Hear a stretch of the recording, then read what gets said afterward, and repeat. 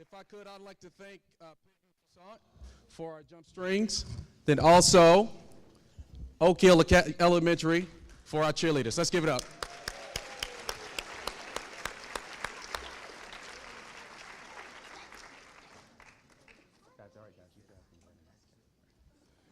Thank you.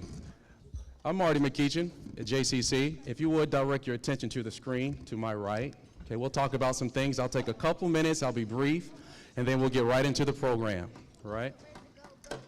First things first is, the city of Jacksonville and Wallace has given us a great opportunity, okay? We have a chance to do something special, all right? The first things first, the whole focus that we're here is we are trying to build, with your help, a solid after-school initiative citywide, right? With 3 of the building blocks that we'll focus on, okay? 1, as you can see, improving quality. 2, expanding participation. And last but not least, enhancing reliable data, right? So why are you here? We at JCC, we thought, what can we do to get the greatest minds, the most talent, and the most passionate people in one room together to help us build that initiative? You guys, all right? Wallace has challenged the city of Jacksonville, along with 8 other cities, to come up with a great initiative. Spending 8 years in the Marine Corps, hoorah, I love a good challenge. So what we're gonna do today is this. When you are in the breakouts, we have designed the breakouts just for you guys, all right? So the number one thing that we're gonna ask you to do is be honest, open, all right? This is the first of many meetings. So some of the ideas that we'll have on the board, we won't get a chance to talk about them in detail, but we will parking lot them, and we will revisit them at another meeting, all right? So with that being said, I would like to introduce our fearless leader, a good friend of mine, Mr. John Heyman. John Heyman has a professional background that ranges from private ministries to public penitentiaries.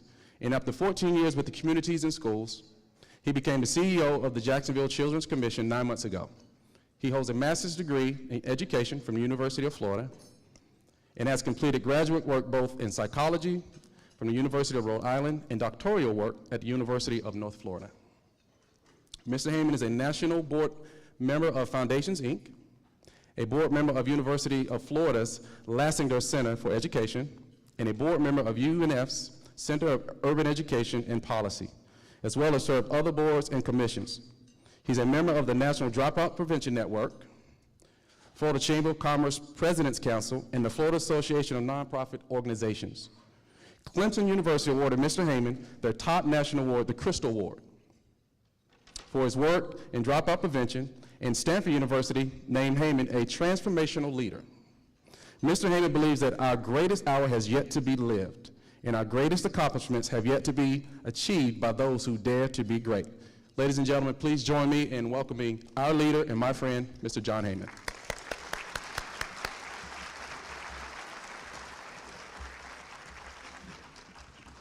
Thank you, Marty. That was quite an introduction. My mom wrote it. My mother-in-law needs to hear it.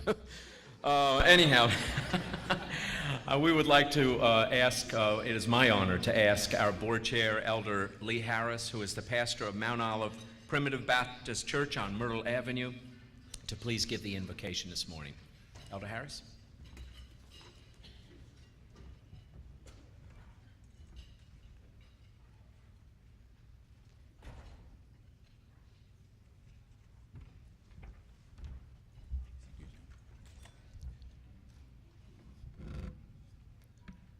Let us pray. Our God and our Father, we thank you for the privilege that you have given unto us, first to assemble, to come together in like minds for a purpose that is beyond us, one that reaches to generation after generation. Because what we do here today, we realize will affect the lives and families of children to come long after we are gone. But God, we thank you for giving us leadership. We thank you for giving us fellowship. We thank you for the leadership of this city who have sought to bring about change that will benefit the lives of the many children, the many families, the many persons in this community. Thank you for the mayor. Thank you for the superintendent who gives of their time to invest into children. Thank you for the leadership of the Jacksonville Children's Commission, but not only there, all of the providers that provide the service. God, we just thank you for this gathering today. And now we invite you into the midst of us to lead us, to guide us, and may our minds be attentive to you, that we would hear from you, that you would speak to our hearts and our minds, that when we depart from this place this day, that you will receive the glory through the fruits that we will therefore carry into the vineyards, and those things that we will bring out to bless those children that we serve and the families that we serve. Bless now the food, my Father, that our bodies are about to receive. We pray for strength and nourishment unto our bodies, but in return our bodies to thy service, that you might receive glory. We ask it all, and we thank you for what you have done, what you are doing, and what you will do in all of our lives. And everyone said amen.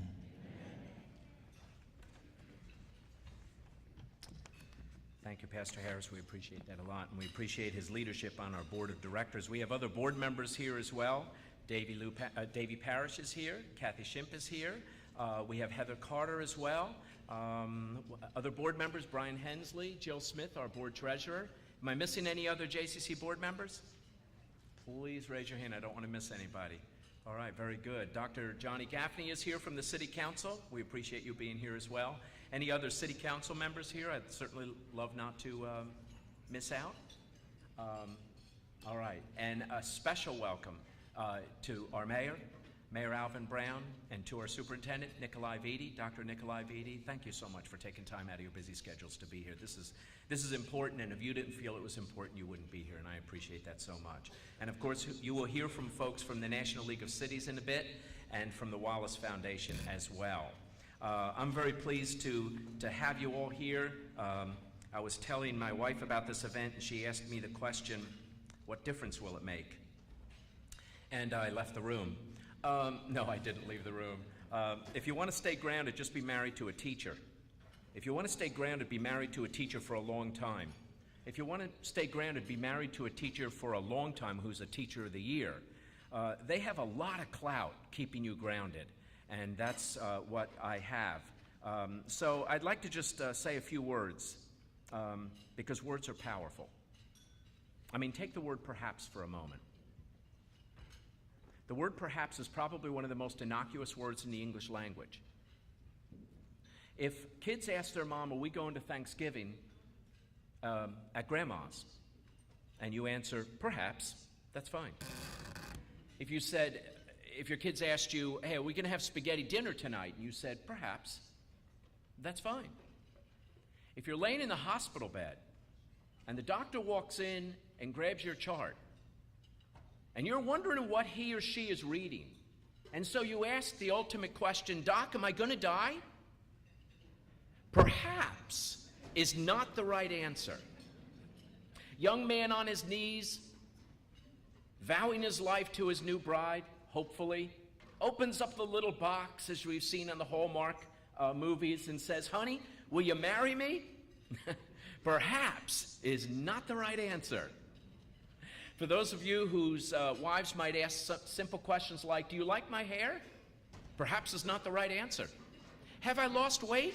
Perhaps is not the right answer. See, there are certain things in life where with certainty you better have an exact answer. And when it comes to after-school programming, when people say, do you think after-school programming is important? And people say, perhaps.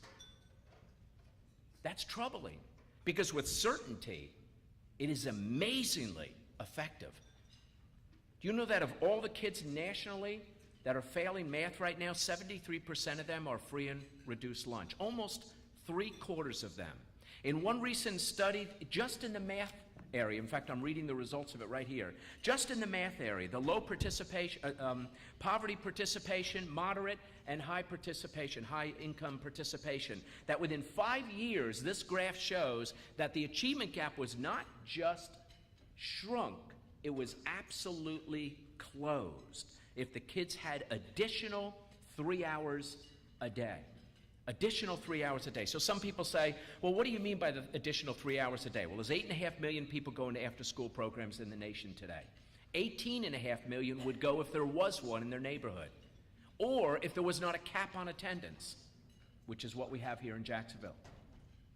How do we expand participation? How do we expand and broaden the participation, not just of the children in our schools, but also of the providers that are providing the services? How do we get mom and pop shops to say, wait a minute, I know how to reach these children. I know how to increase the amount of kids coming to these programs. These are the things that we need to look at going forward. So is it effective? Of course it's effective. Now, I was telling Cheryl that 300 people were going to show up this morning. So she asked that same question. So what difference will it make? I said, well, you know, superintendent and the mayor are going to be there. And she said, so what difference will it make? I said, but it's a plated breakfast. And she said, so what difference will it make? And I said, do you know who I'm going to rub shoulders with this morning? And she said, so what difference will it make to the students, the teachers, and the frontline staff? And I said, do you know how long we worked on this? So what difference will it make? I said, look at these charts I'm going to show tomorrow. And she said, so what difference will it make? I'm going to have National League of Cities and Wallace Foundation people here. And she said, so what difference will it make? So now I was reaching and I said, what about my new suit? Do you like my new suit? And she said, yeah, it's nice, John. So what difference will it make? And so guys, in 3 hours, we need to answer that question. I want us to spend some quality time together answering that question. What difference will it make? And what part do you and I have in making that difference? Every child will do something after school. If they're in a safe environment, 3 hours a day, every day of the week, all year long, and in summer learning opportunities, we are going to clearly catapult these children to their dreams and to their maximum potential. Now, I do want to say that the people that are making a massive difference in this city are the following. And if you hear the name of your organization, you are welcome. You know how many speakers say, well, wait till the end to clap? You are welcome to yell out or clap when you hear your organization. But there's 14 of them, and I'm going to go through them quickly. So if you hear, like Boys and Girls Club, I want to hear a shout out, okay? Communities and Schools of Jacksonville, Community Connections, DLC Nurse and Learn, Girls Inc., Hope Haven Children's Clinic and Family Center, Jack's Parks, Malavia Washington Kids Foundation, Police Athletic League of Jacksonville, the Baselli Foundation, the Bridge of Northeast Florida, the Carpenter Shop, Wayman's Community Development Corporation, YMCA of Florida's First Coast.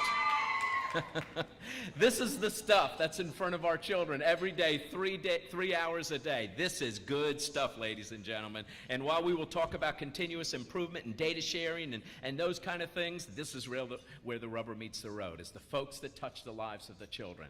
And if you haven't been out to an after-school site, please go out there. Please go out there. They are not perhaps effective. They are with certainty effective. I have asked a good friend of mine that I've known for a long, long time, Joe Davis, to please come up to the podium. He's the Chief Executive Officer for the Florida After School Network. You all are going to have a full workshop with him. Some of you are going to have a full workshop with him later on, but I asked him just to share a few thoughts right now. Thank you, Joe.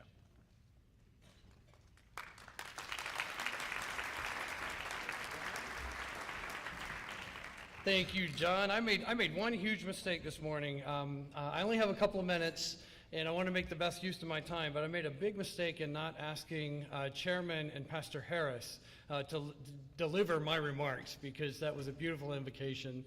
Thank you, Pastor Harris. You are so eloquent in how you speak, and it is wonderful to have you as part of the after-school message moving forward. So also want to thank Mayor Brown and Dr. Vitti for being here. Their presence here underscores the importance of what after school means to the education community and to children and families all over the Jacksonville area. And so also want to thank John Heyman and his leadership with the Jacksonville Children's Commission. The Children's Commission is doing fantastic things for children in this community and for families the families are the ones who benefit the most from the children having all of the activities that they have access to. So my simple message is this. The news in after school, for those of us who are in the after school profession, the news in after school is good. High quality after school programs are accelerating student achievement and getting kids better prepared for college and career success. And that is really becoming a fact. There is more and more data that's out there that shows that recent success. Studies all over the country that show data specifically that kids that regularly participate in an after-school program are seeing significant gains. And we're also closing achievement gaps in those after-school programs between student subgroups. So the news in after-school is very good. The other thing is that a lot of that data and research and studies are centrally located in one place nationally, expandinglearning.org. Hopefully when you leave here today, you'll have a chance to visit that website, expandinglearning.org. And a lot of that data has been published in one single document called Expanding Minds and Opportunities, a great resource for you. So I want you to be on the lookout for that. But essentially, all the gains that we've made recently in after-school programs really stem from the use of quality standards. And we know that's a central theme of today because quality standards promote effectiveness for programs. Effective programs have better attendance, they have better results and better data. And reliable data keeps your funding and brings in new investors to the programs that you are operating. And so can't stress enough how all of those things go together. You can find out more about that at my workshop this morning in my breakout session. I hope you'll join me there. Looking forward to seeing those of you who will join me for that, and more at the Florida After School Network's website at myfan.org. And so I'll leave you with a number to remember. And this really permeates through the after-school community around the country and the landscape of after school, and that number is 615. 615. Anybody know what that number might represent? There are 6,000 awake hours that a student has in a year. 6,000 awake hours on average. They spend about 1,000 of those hours in a school, learning the things that they need to learn within a school setting. That means there's 5,000 additional hours that we need to take better advantage of to give our kids meaningful opportunities within after-school programs and expanded learning opportunities. So remember that, know that we have to take good use of that time, and know how important it is for programs to adhere to quality standards. Look forward to being a part of your day. John, thank you very much for letting me be here today.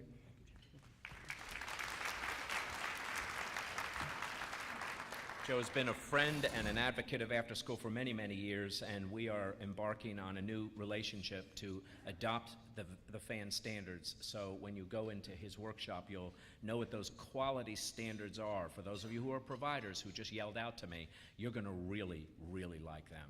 This is not about compliance, this is about quality, and there's a big difference between the two. By the way, the Expanding Minds, very large document, Joe has brought 90 of them with him, worth $1,800 free to us. He's giving them out at his workshop. We're going to have some extras there. It's a series of articles. In fact, Priscilla Little has written an article or two in there as well. So it really is a very good read on the quality after school movement in the nation. By the way, I was remiss in missing School Board Chairman Becky Couch is here. Becky, I saw you earlier. Where are you sitting? Whoa, there, back there, as well as Paula Wright, Cheryl Grimes also. Thank you for coming as well. I'm thinking that perhaps you are sitting there as well. Thank you so much. I deeply appreciate the partnerships of Jacksonville. Jacksonville is a great place to work, and because of the partnership between school district and city and the efforts on education, it is an amazing place to work. It is a downright pleasure. So at this time, it is my pleasure to introduce Dr. Nikolai Vitti, who is appointed Superintendent of Duval Schools in 2011. Was it 2011? Time flies, yeah. He has his doctorate from Harvard in education, administration, planning, and social policy. Before coming here, he was the chief academic officer in Miami-Dade Public Schools, where he led 66 of the lowest performing schools in the county and had tremendous success with those schools as well. Before returning, he went to DOE for a little while, and then he returned back to Miami. He served at DOE as Deputy Chancellor of School Improvement, as well as Bureau Chief for School Improvement, and the Executive Director for Region 1, Lead Director for Differentiated Accountability. Please welcome our School Superintendent, Dr. Nikolai Beatty.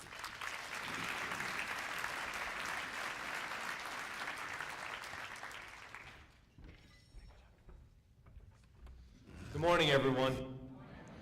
Thank you so much for being here, but most importantly, thank you for what you do for children and for the city of Jacksonville. I know John read off all the organizations, and hopefully everyone was covered, but I would, before I get into the work of after-school program, I just want to personally thank you on the behalf of children, on the behalf of families, and really on, in some ways, behalf of the community, because you are filling in the gaps for our children based on what you do for them. So I just want to thank you, and I want everyone to give everyone a round of applause for what you do for children every day.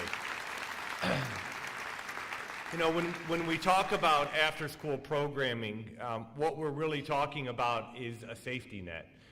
And what I mean by a safety net is, and we use this example of falling through the cracks often when we talk about our children, especially those that are growing up in poverty. But the reality is that children do fall through the cracks. We know that.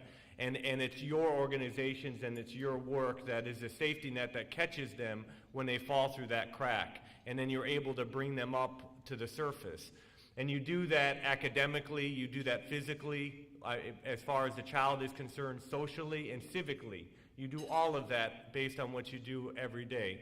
I can tell you with pride that I would not be standing up in front of you today speaking as your city superintendent, and John mentioned, you know, Harvard and all those great things that I am proud of, but I would not have those accolades or those degrees or be your superintendent if it wasn't for after-school programming.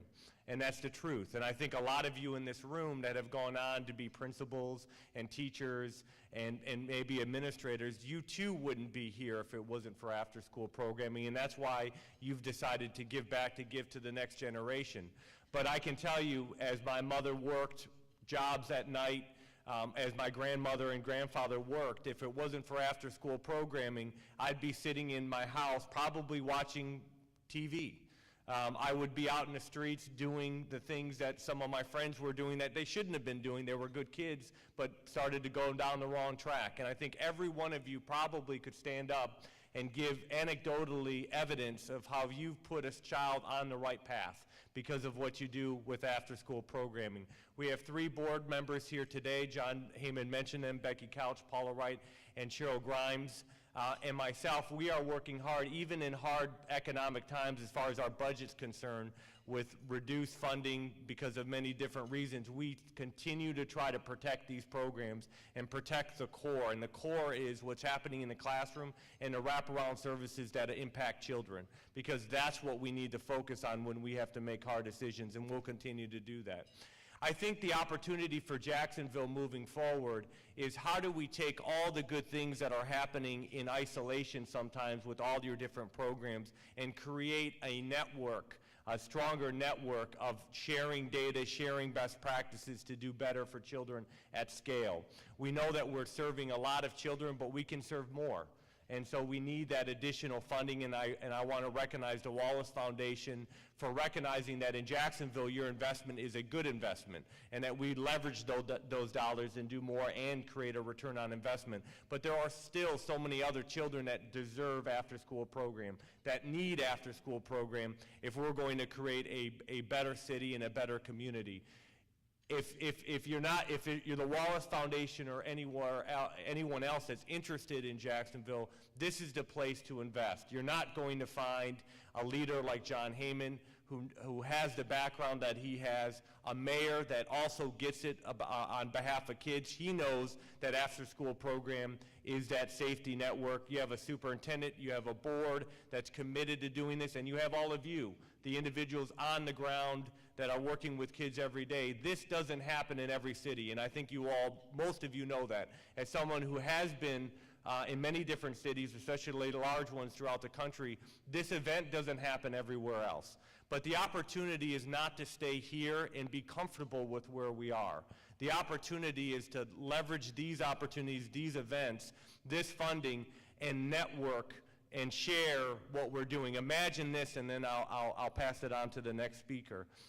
Imagine a system that has an integrated database system where we can actually see every one of our children, and that data goes back to what's happening in schools. So we know who's been absent. We know who received a referral. We know who was given an in-school suspension or an outdoor suspension. So we know who has that F in social studies but has that A in reading, so that we can be more strategic and more focused in our intervention on the academic side and on the behavioral side, so that we know who the mentor is out there. We have big brothers and big sisters, I know, here. So does that student that goes to the Team Up program have a big brother and big sister mentor, so that that after-school programmer can call that big brother, big sister mentor and say, hey, did you know that Johnny didn't do his homework today? Or did you know that Johnny was about to get in a fight? I'm going to talk to him, but I think you need to talk to him as well. That's integration. That's leveraging the little resources that we have to go even deeper for kids. And then there's the parent component. So we know that parents have to do their part in filling the gaps as well, even when they're stretched economically and socially. But how do we integrate parents? So we've developed a parent academy, already exceeded almost 1,000 parents that have been engaged in less than 6 months. So how do we integrate the Parent Academy in these after-school programming so that we can call a parent or offer a workshop connected to many of the different functions that are happening throughout Jacksonville? But as we move forward in this work, we have to learn to work better together. We have to stop some of the isolation, the silos, the territorial nature of education, and come together to align resources, share data, and work together. Lastly, when I walked in the doors today, I saw beautiful young women with smiles on their faces, and then you saw them today. What I want to see is those smiles continue as they go into high school and they become young adults.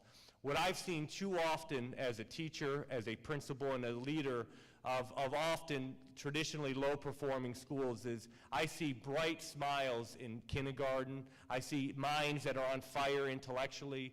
I see kids that are happy and spirited in elementary school. You start to see it a little bit in 6th grade.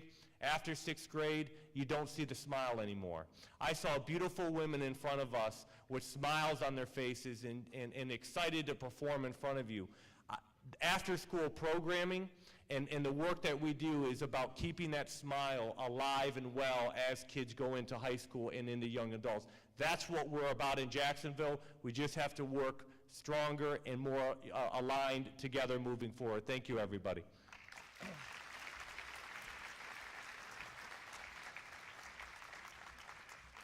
Thank you very much, Dr. Vitti. The previous two folks have two things, or no, just one thing I don't have, height. I was going to say hair, but you know, that's not fair. Anyhow, Dr. Vitti, thank you. If you know Dr. Vitti at all, y'all are really slow this morning. If you know Dr. Vitti at all, he has amazing energy, and that's not a joke. He has amazing energy, and we appreciate it so much, and vision and clarity.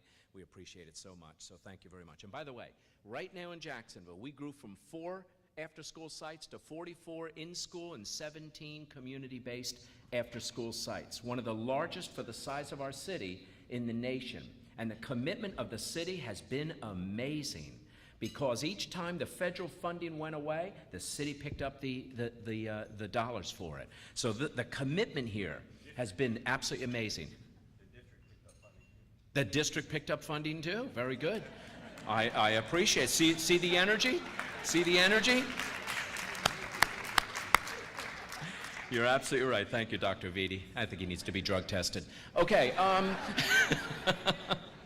I wanted to recognize as well, because I didn't, any providers here who do after-school work, but you're not funded by the Jacksonville Children's Commission, please raise your hand and keep your hand up.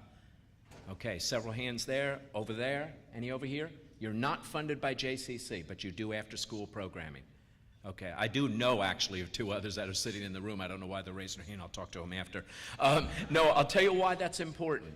Ladies and gentlemen, we want to increase the participation of people, whether they're funded through JCC or not, to share data, to share findings, to share best practices, to share trainings for free for those providers that say, listen, I'm out here, you don't give me any money, what can you give me? Training and the other things that we just talked about, which you're going to learn a little bit more in the breakout sessions. But without further ado, as many of you can see from your schedule, our mayor is going to be giving the closing remarks, but I've asked if Dr. Anne-Marie Kent-Willett, his second education commissioner, also address the crowd this morning as well. She's an executive on loan from Jacksonville University for the next 2 years. She serves as senior policy advisor to the mayor for all matters pertaining to education, to engaging community partnerships and acting on issues of educational importance. Anne-Marie Kent-Willett completed her BA and MA in communications at the University of South Florida in Tampa and her doctorate in education leadership at the University of North Florida here in Jacksonville. She is a senior level award-winning media and communications expert. She is also professor of communications at Jacksonville University and teaches a variety of communications as service learning classes both domestically and internationally.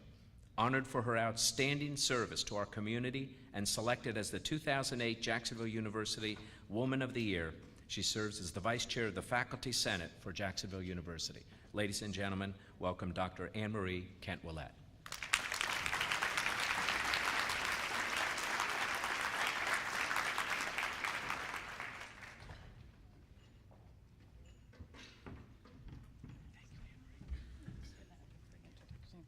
Good morning, good morning. What a privilege to be with you here this morning. And as John explained to you, you will be hearing from our mayor this afternoon. And when we talk about his commitment to education, I want to point out that his participation here this morning is another demonstration of that. You may have heard about a little golf tournament going on out at the beach.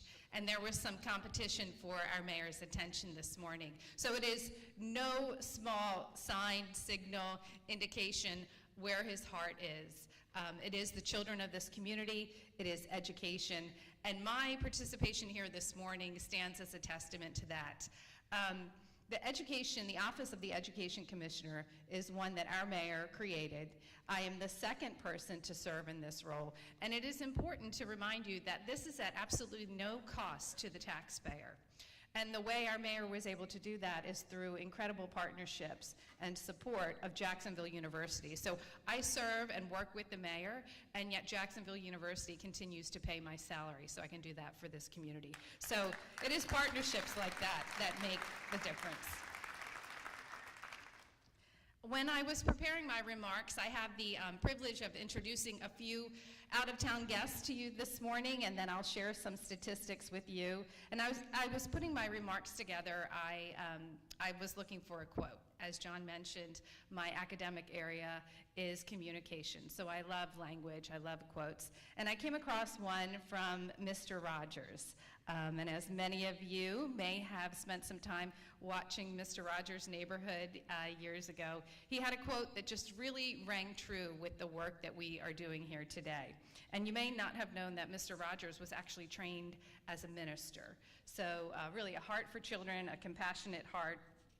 He served 3 decades on television, became an incredible American icon of children's television and education, as well as a symbol of compassion, patience, and morality. He said, "We live in a world in which we need to share responsibility. It's easy to say, it's not my child, not my community, not my world, not my problem. And then there are those who see the need and respond, and I consider those people my heroes." So we're here today in this room with many heroes, people who see the need and respond. This morning, we have some very special guests with us, and I'd like to take a moment to introduce them to you and recognize their role in our celebration this morning. A special welcome to our out-of-town guests. We're so happy to have this lovely weather for you to enjoy, including, and we welcome Audrey Hutchinson, the Program Director for Education and After-School Initiatives from the National League of Cities, and Bella Shaw Spooner, the Senior Program Associate from the National League of Cities. We also extend a welcome to Priscilla Little from the Wallace Foundation, who oversees the $8 million effort assisting 9 cities in providing a systems approach to high-quality after-school programs. And a special welcome to Joe Davis, who you heard from earlier, the Chief Executive Officer for Florida